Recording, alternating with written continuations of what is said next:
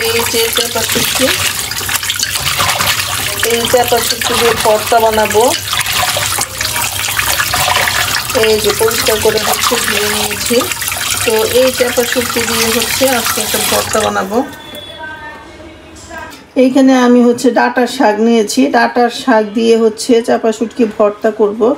এটা একটু হচ্ছে সিদ্ধ করে নিব, আর এর সাথে দিয়ে দিব হচ্ছে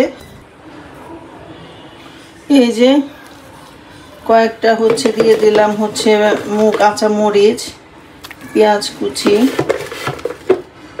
পেঁয়াজ দিয়ে দিলাম। আমরা যারা ময়মনসিংহ কিশোরগঞ্জের মানুষ, আমরা কিন্তু বিভিন্নভাবে হচ্ছে বিভিন্ন পাতা দিয়ে হচ্ছে চাপা শুটকি ভর্তা করে খাই।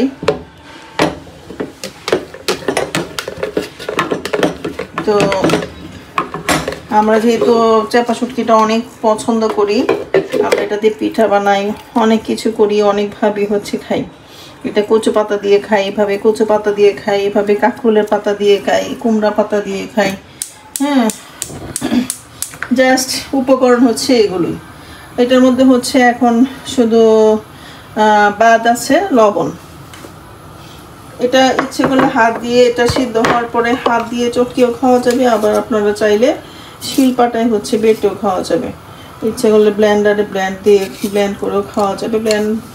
ব্লেন্ডার থেকে শিলপাটা দিয়ে বা হাতে কচলিয়ে খেলে টেস্টটা বেশি পাওয়া যায়। এগুলা হচ্ছে আমাদের দেশের আঞ্চলিক খাবার। তো এখন হচ্ছে এটা সিদ্ধ হওয়া পর্যন্ত ওয়েট করতে হবে। এই যে হয়ে গেছে, তো এখন সিদ্ধ হয়ে গিয়েছে। এটা যদি কচি পাতা থাকে, এই পাতাগুলো কচি হাত দিয়ে চটকিয়ে নেওয়া যায়। আর আমি এটাকে হচ্ছে হাত দিয়ে চটকাবো না, শিলপাটাতে একটু মিহি করে বেটে নেব। আর হাত দিয়ে চটকালে হচ্ছে মিহি হয় না, আবার ব্লেন্ড করে নিতে পারেন। সেক্ষেত্রে আমি প্রেফার করব হচ্ছে শিলপাটায়। তো আমি এটা শিলপাটায় বেটে নিচ্ছি এখন।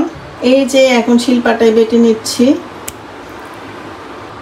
এই যে তৈরি হয়ে গেল আমার ডাঁটার শাক দিয়ে হচ্ছে চাপা শুটকির ভর্তা। আমরা যারা শাক পাতা তেমন খেতে পারি না, শুটকিলা আবার এইভাবে যে কোনো পাতা দিয়ে হচ্ছে এরকম ভর্তা বানিয়ে 1 প্লেট 2 প্লেট ভাত অনায়াসে খাওয়া যায়।